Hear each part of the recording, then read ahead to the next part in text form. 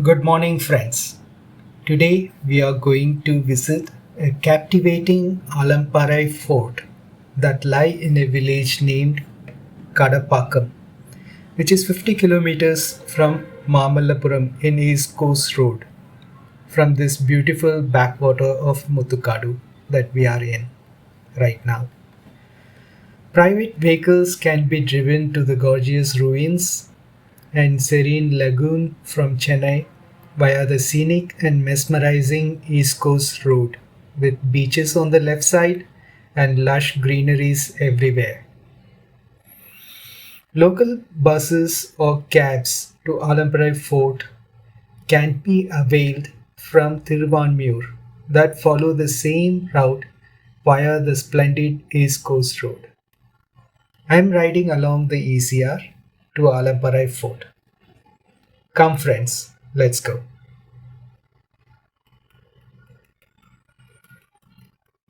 Let me give a brief history of Alamparai Fort while we go there. The Alamparai Fort was constructed during the rule of the Mughals extending from 1736 AD to 1740 AD. In 1735 AD, the bewitching fort was under the reign of Nawab Doste Ali Khan, who was the Nawab of Arcot. As time progressed, it was handed over to the French in 1750 AD for the services provided by the legendary French commander Dupleix. Alamparai served as a seaport in ancient times. It was also known as Alamparva and Alampuravi. The existence and importance of the Alamparai fort is documented in the private diaries written by Anandaranga, who was the middleman for Commander Dupleix in the French India. The diaries consisted of his observations and experiences when he served as a middleman for the French East India Company. It was a regular functioning port of call on the east coast of India with a 100-meter dockyard stretching into the sea, and served as a primary trading port.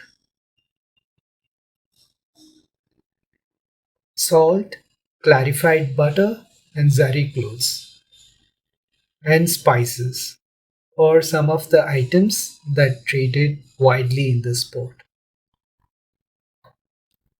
Later in 1760, the British attacked it to gain control over the trading post during the Carnatic Wars. They did capture the mighty fort by defeating the French and destroyed the entire structure. Most of the fort was also damaged during the 2004 tsunami that occurred in the Indian Ocean. Some portions of the fort now lie under the ocean. The bedazzling fort also had a 100-meter long dockyard that stretched into the sea, which has been completely damaged with no traces to be seen now. The structure has magnificent tall walls with a stairway made of bricks leading to the top. The watchtower that was built for defense purposes also provide a gorgeous view of the site.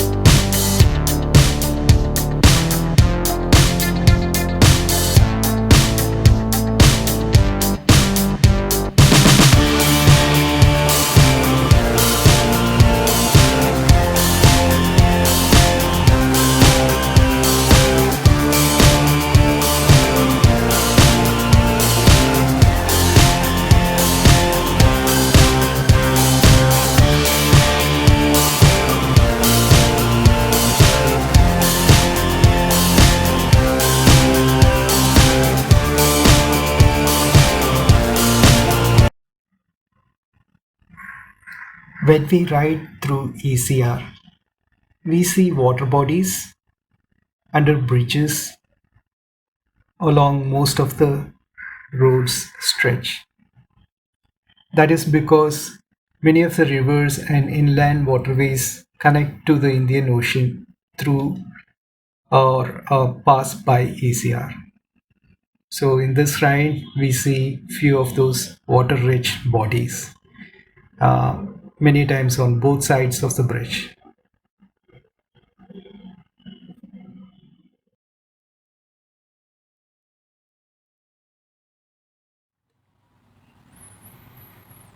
We have reached the mighty Alampara fort. Many do not know the significance of the captivating fort, as this long forgotten trading post is spoken quite infrequently. In fact, the fort was listed in the International Tourism Fair in Berlin as one of the 20 lesser known tourist attractions in Tamil Nadu by the Tourism Development Corporation.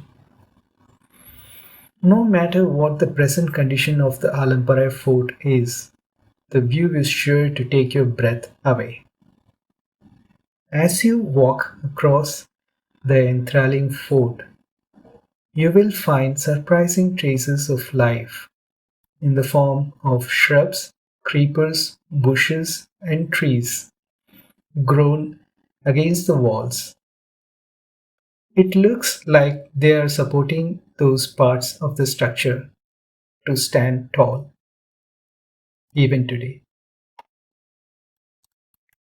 The Alamparai fort exudes a gloomy yet attractive vibe that is irresistible for many. Some may condemn the state of the fort, and some may still find beauty in its existence.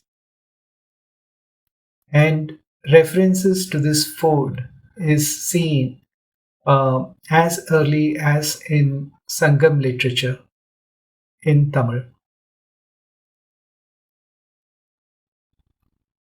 The Alamparai fort was a magnificent trading port built with bricks and limestone on an area of 15 acres facing the Bay of Bengal.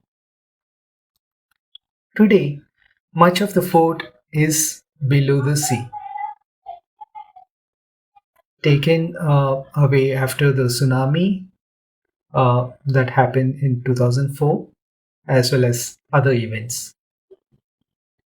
Although the fort was demolished by the British when they attacked and captured it from the French during the Carnatic War, the traces of the 17th century architecture can still be clearly seen on the formations, and it still stands strong.